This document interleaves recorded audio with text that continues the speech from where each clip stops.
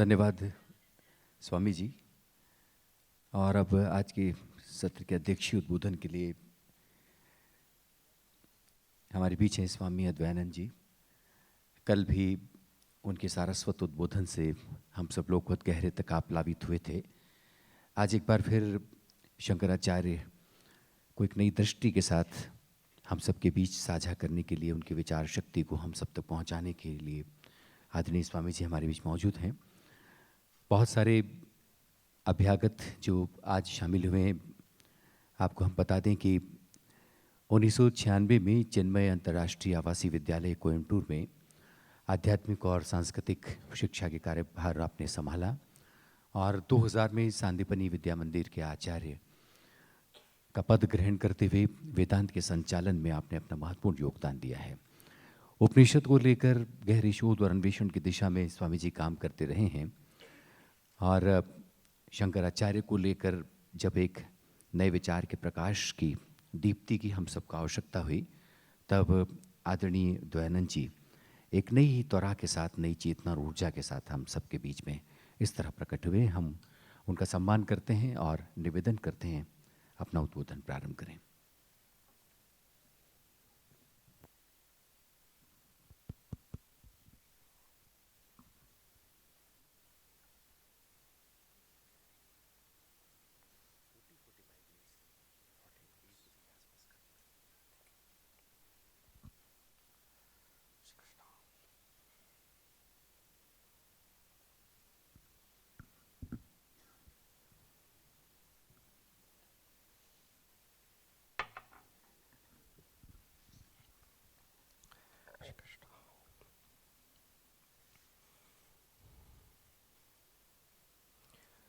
ओम श्री गणेशाय नमः।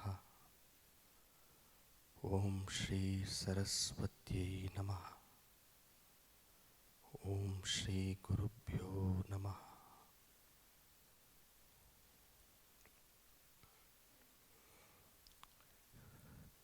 India is a land of saints.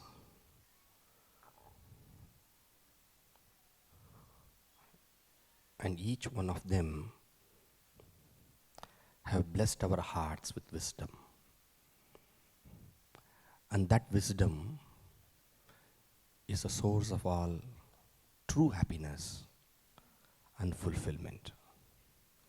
We have had the opportunity to listen to great sampradayas, great masters represented through their shishyas. First we had Swami Vidyanandji speaking about how the Arsha Vidya, Gurukula, and the disciples of Pujya Swami Dayanandji, rooted in the wisdom of the Upanishads and very strongly rooted in the Bhashyas, explain the nature of reality and how the tradition is very beautifully sustained and nourished. Then we had Swamiji Hari Brahmendranandji explaining how in the Kailas Ashrama the Bhashyas have been studied in an unbroken way for many centuries, and how even now through the Bhashya Parayana Anjali and the study of the Bhashyas, the tradition is maintained. Then we had Pujya Swamiji here sitting in Shuddhidhananji, right Swamiji? Shuddhidhananji, very beautifully explaining how Sri Ramakrishna Paramahamsa, Swami Vivekanandji, and the entire tradition, their Atma is Advaita Vedanta. We're all very blessed. But we should note that these are not the only traditions of Advaita Vedanta. In 1 hour, 2 hour, 2.5 hours, how many traditions can be explained and presented? I request all of you present here, in your heart, to please think of the traditions you know. Whether it is the spiritual colossus, Swami Shivananji, the great Advaitin and the Paramahamsa and the great Jnani of the South, Bhagavan Sri Ramana Maharishi, Acharyas of recent times,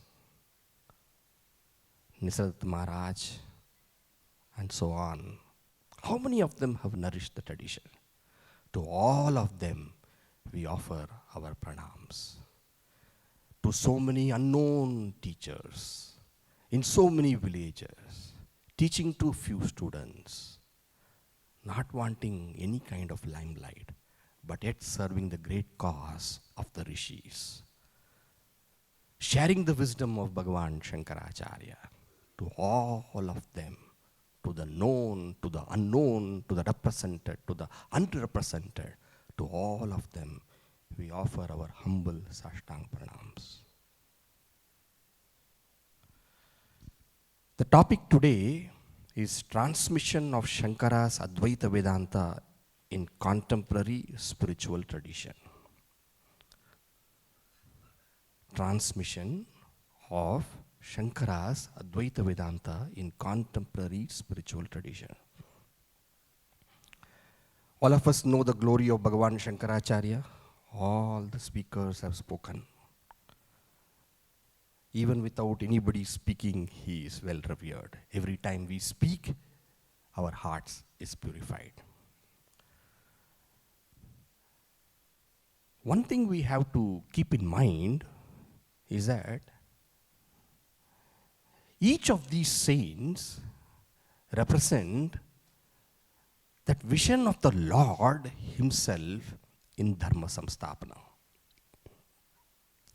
Dharma Samstapanarthaya Sambhavami Yuge Yuge. In the Bhagavata, we have a description of various kinds of avatars. You have Purnavatara, you have Amshavatara, you have Aveshavatara. But then there is one very interesting avatara that is called as Nitya Avatara. Nitya Avatara. Nitya Avatara means the presence of saints and Mahatmas in our midst to always share the knowledge. Because it is through that Bhagavan does the Dharma Samstapana. When there is a terrible problem, then Paritranaya sadhunam vinashaya chatushkritam dharma etc. etc. But all through the time there is some problem or the other. So when Bhagavan comes during every epoch, during every time to take care of our needs through these sadhus and mahatmas, then such an avatara is called as Nitya Avatara. In that lineage of great rishis and great mahatmas who have come, Swami Chinmayananji also has the presence of one of those great saints who have done their bit and ensured that that great knowledge is transferred and great knowledge is kept alive. Sri Balakrishna Menon, young boy, 1916, born in Kerala, in Ernakulam, studied his whatever schooling in Ernakulam, Kerala, did his bachelor's there, then went on to do his master's in literature as well as law in Lucknow. As a youth, participated in the Quit India movement as a freedom fighter, was imprisoned in the jail, and then he had some kind of severe malaria or some attack in the jail, and the Britishers did not want one more custodial death, then threw him out of the jail. Somehow he survived. A journalist, he came across the literature of Swami Shivananji, was skeptical, at the same time interested, wanted to go and actually check out like a journalist, and decided that they should all be brought to light and shown what a waste these people are there on the society. Went to Divine Life Society. Swami Shivananji looked at him. Young man, why have you come? And young man, that kind of, why did you come? I want to stay here and see what is happening here and write. Stay as long as you want. Swamiji stayed there. And after a few months, asked Swami Shivananji, can I become a sannyasi? That was a transformation Mahatmas can give in one's life. 1949, he became Swami Chinmayananda. Then Swami Shivananji himself suggested to Gurudev, Swami Chinmayananji, go to Sri Swami Tapovanam of Uttarkashi. Swamiji was mentioning of Tapovanji of Uttarkashi. Go to him and study deeper. So Swamiji studied there with Swami Tapovanji and mastered the Shastras, gained the true illumination. And then one day, sitting on the banks of the river Ganges, he felt an inner call. If this Ganges rising in the Himalayas goes to the plains and nourishes the generations, nourishes all, this knowledge of the Shastra in the Himalayas, should it also go and help all? So he went to Swami Tapovanji. Swami Tapovanji said, no, no, no, no. If you come to Himalayas, stay in Himalayas. Don't go here and there. Again, the feeling was strong.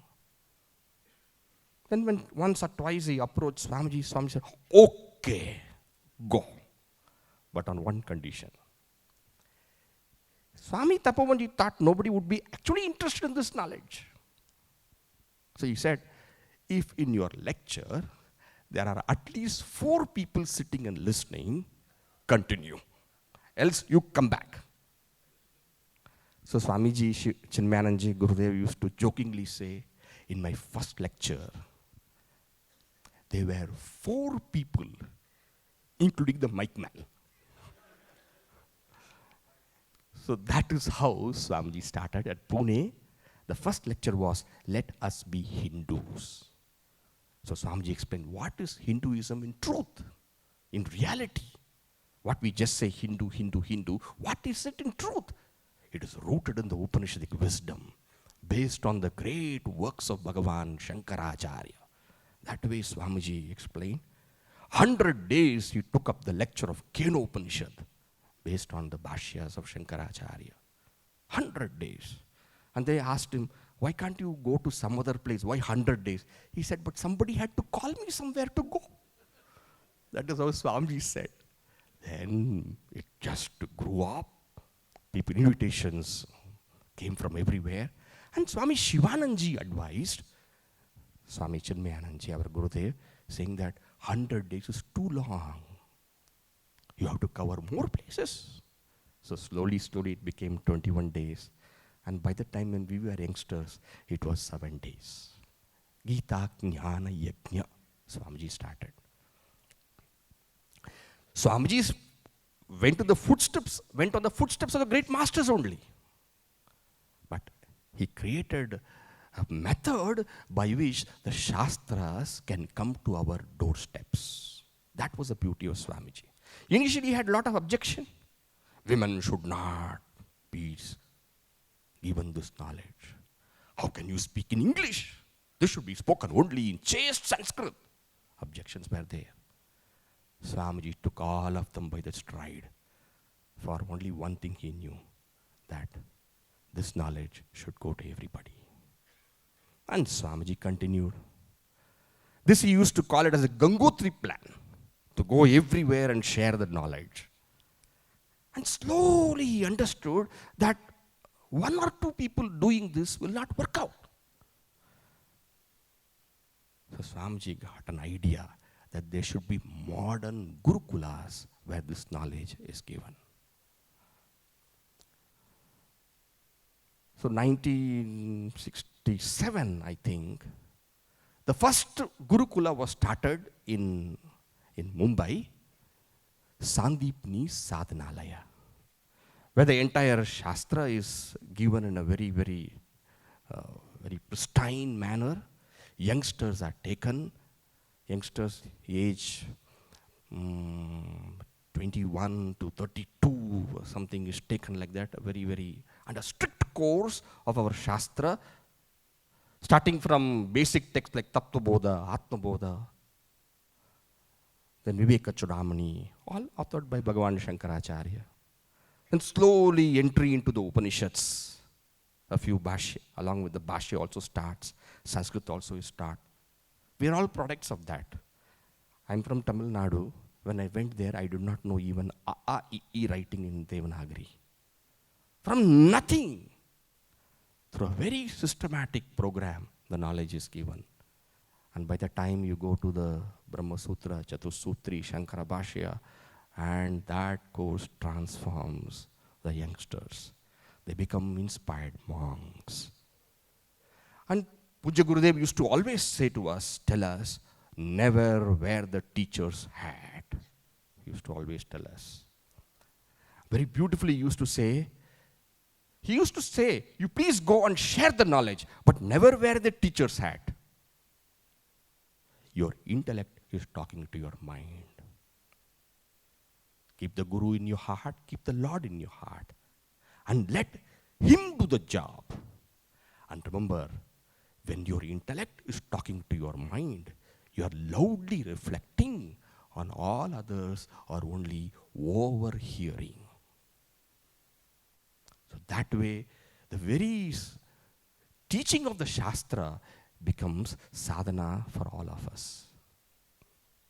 Whether we are reflecting on the Tattva Bodha of Shankaracharya, Viveka Chudamani, or whether we are reflecting upon the Gambhira Bhashyas of the Brahma Sutra, all is only a sadhana, a manana. That was how the Sandipani Sadhanalayas began with this great vision, and today these Sandipanis are spread around the country and around the world also. You have, in Bombay, they teach it in English. Look at his decision where to keep the Sandipani, right there in the middle of the financial capital of India. A modern Gurukula he established. We are all products of that. We studied there. Many great Acharyas who are now teaching Vedanta around the world are either from Sandipani directly or have studied from somebody who was in Sandipani. A total beautiful way. And sometimes very interestingly, somebody leaves the mission and goes. And they used to go and tell Swamiji, what is this? We have taught so much and this person is going off. Swamiji would say, what else they will do other than what I am doing? Let them go. That way was Swamiji's great Udarta. Well, these brahmacharis who are trained there, these Swamins who are trained there, they go to the various cities, in various cities. Slowly, as Swamiji started these Jnana Yajnas, devotees came together and they created an organization called Chinmaya Mission. When they went to Swamiji in Chennai and said, we want to call this Chinmaya Mission. He said, why call it Chinmaya? You can call it divine, you can call spiritual. You see, Sishyas are more intelligent than Guru. He said, but who told Chinmaya is your name here? Chinmaya means full of knowledge. The wisdom of Shankaracharya. Chinmaya Mission. Swamiji just smiled. I remember when I was a young boy listening to Swamiji's lectures, somebody asked Gurudev this question in a question and session. They asked a question, what will happen to Chinmaya Mission after you are gone? Gurudev replied, I did not start Chinmaya Mission. You all started. If the Lord wishes, it will continue. That was his vairagya. He helped spirituality reach everywhere, but he did not organize spirituality. That is the beauty of Pujya Swamiji.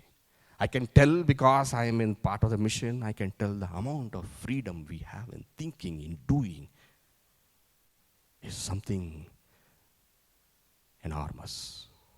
We don't feel that we are an organization.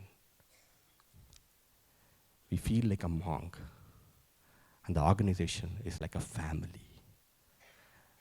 When somebody asked Gurudev, Swamiji, what could be the pledge for Chinmaya mission? Summarizing the entire wisdom of the Upanishads, the Bhagavad Gita, the Brahma Sutra, along with the commentaries, Swamiji came with a beautiful pledge of Chinmaya mission, which is there in the lips of every mission member. We stand as one family, bound to each other with love and respect. We serve as an army, courageous and disciplined, ever ready to fight against all low tendencies and false values within and without us. We live honestly the noble life of sacrifice and service, producing more than what we consume and giving more than what we take. We seek the Lord's grace to keep us on the path of virtue, courage, and wisdom. May thy grace and blessings flow through us to the world around us. We believe that the service of our country is a service of the Lord of Lords, and devotion to the people is the devotion to the Supreme Self. We know our responsibilities. Give us the ability and courage to fulfill them. This way, Swamiji extempore gave the pledge. And then we, studying in the Sandipani, we go to the mission center, and there are a field of opportunities presented to us so that we can do our sadhana. Various activities are taken up, which blesses the community, but at the same time blesses in our spiritual transformation. So thus, what Swamiji provided for all these young monks who are trained in these Sandipanis. You have a Sandipani in Bombay, then in English, then you have a Sandipani in Kadapa, in Telugu, you have got a Sandipani in Kerala, in Cochin, where in Malayalam, then you have a Sandipani in Siddhabari, in Himachal Pradesh, in Hindi, then you have a Sandipani in Coimbatore, teaching in Tamil. The same wisdom of Bhashyakar.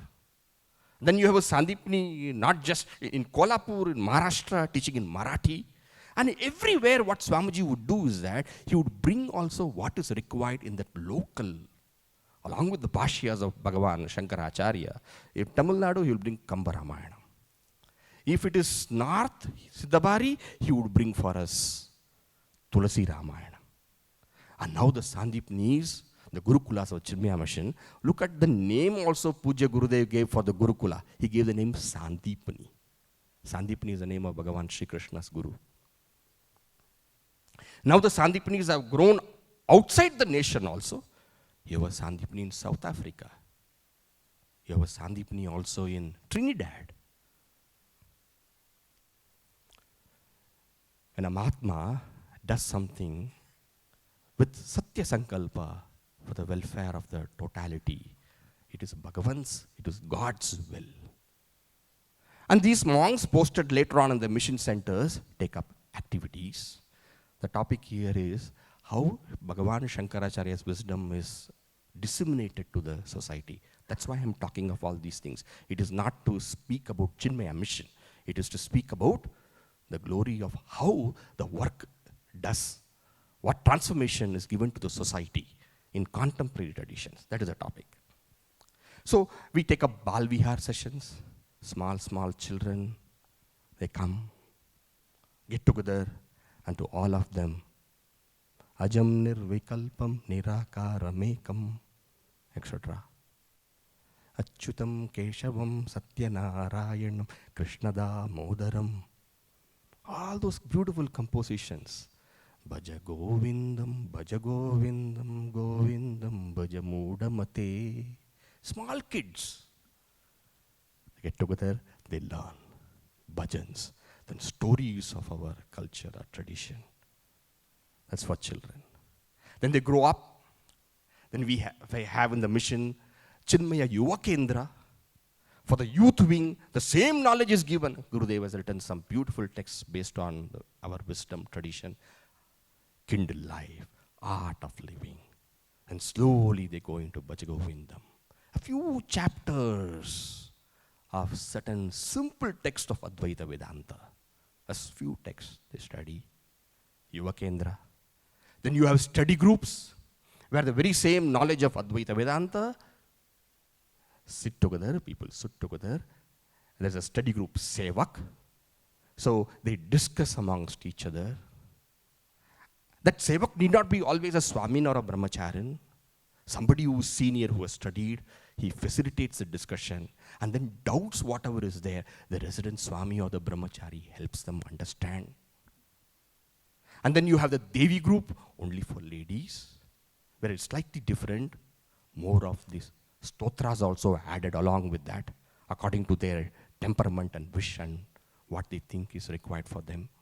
Along with the study, these things are also added. Vishnu Sahasranama, Lalita Sahasranama. And then, now, this is Balvihar, Yuva Kendra, the study group, the Devi group, these grassroots activities. Now, recently has also started other things like Shishu Vihar. Shishu Vihar is children from the, not even children, the mother is carrying the baby. Shishu Vihar.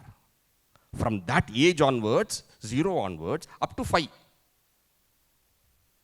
Bhagavata is spoken. Who is listening? The child inside is listening. Prahlada did listen. Shishu Vihar. Vanaprastha Samsthan for seniors. Where along with Vedanta, even their other certain things like physical health, etc. are helped.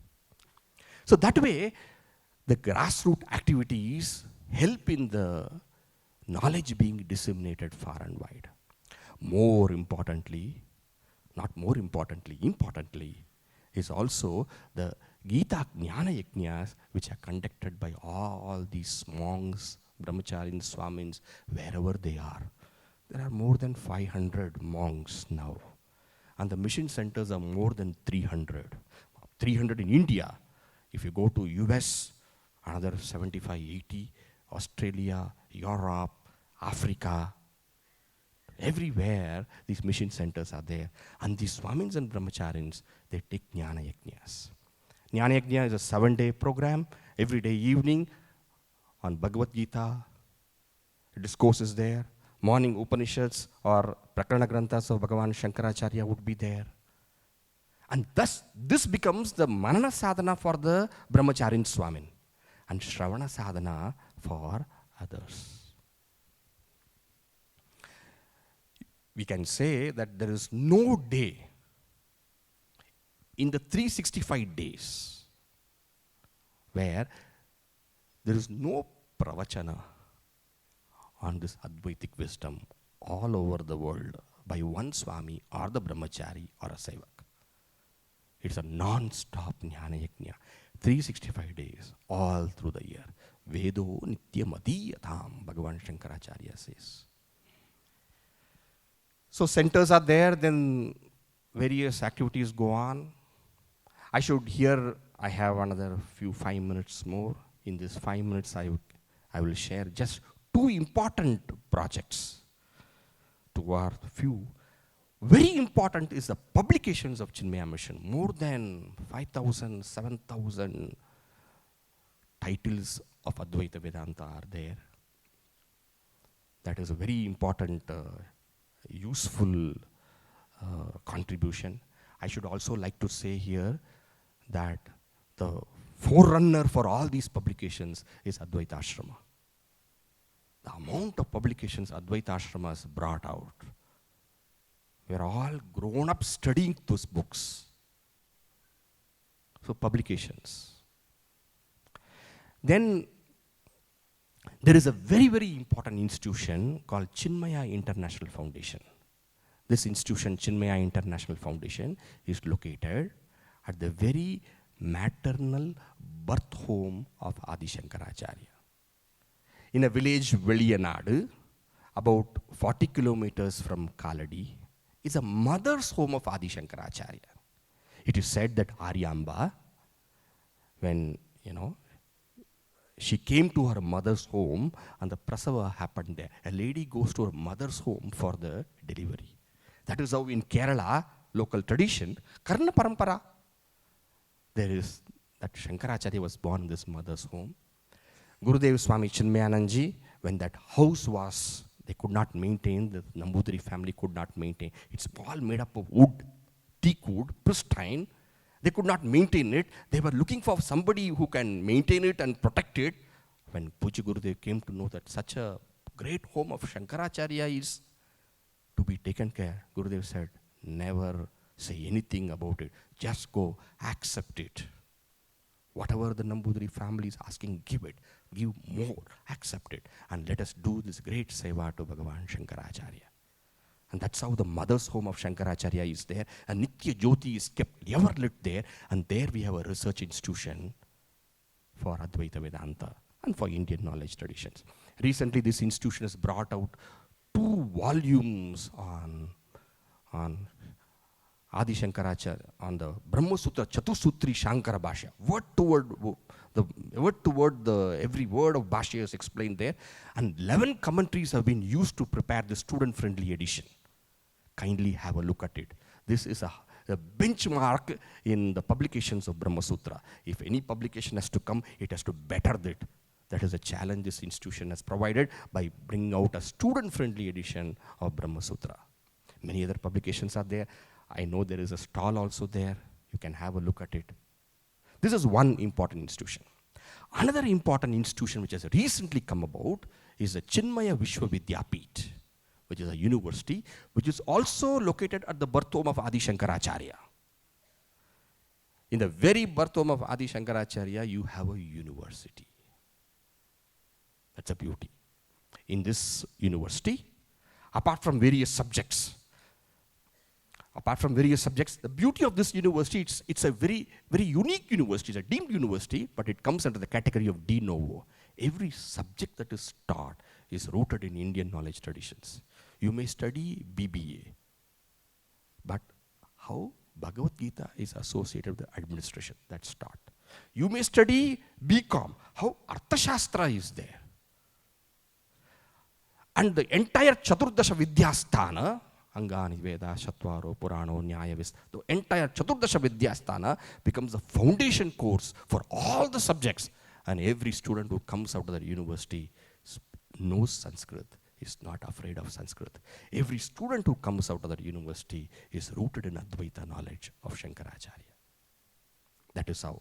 And then we also have a Gurukula as part of that university.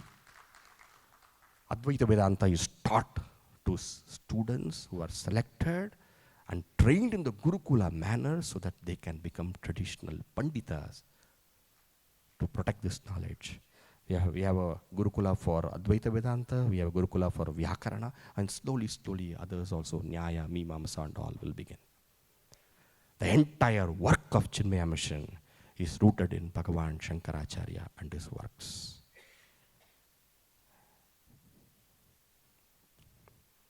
What else can I say? There's many we can say, but all we can say is that whatever we do is only little. Whatever we do, yes, it helps others, but truly it helps us. We transform by this good work that we do. And Swami Chinmayananda or Sri Ramakrishna Paramahamsa, Vivekananda or the great Mahatmas, whomever, they're all aspects of the divinity to ensure that this knowledge is ever kept alive. To all the Mahatmas all over the world who are serving the cause of Advaita, who are serving the cause of humanity, to all of them we offer our humble respects in this great Advaita Utsav. Boliye Shri Sadgurunath Maharaj Ki Jai. Thank you very much.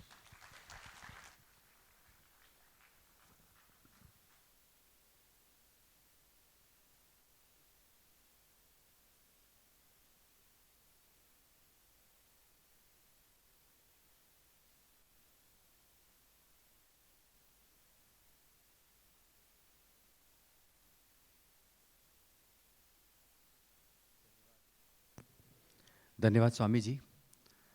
इस तरह हमारे आज के दूसरे दिन का ये पहला तकनीकी सत्र अब यहाँ पर विश्राम लेता है।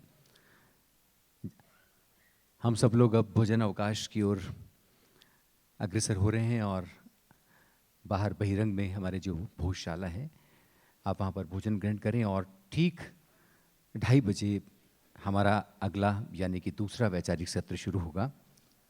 आज के इस सत्र की सम्माननीय अध्यक्ष और तीनों वक्ताओं का हम आभार प्रकट करते हैं। आप सभी श्रोताओं का भी, और आप सबसे निवेदन कि आप लोग 2:30 बजे इस स्वर्ण जयंती सभागार में पुनः अगले सत्र के लिए एकत्र हों।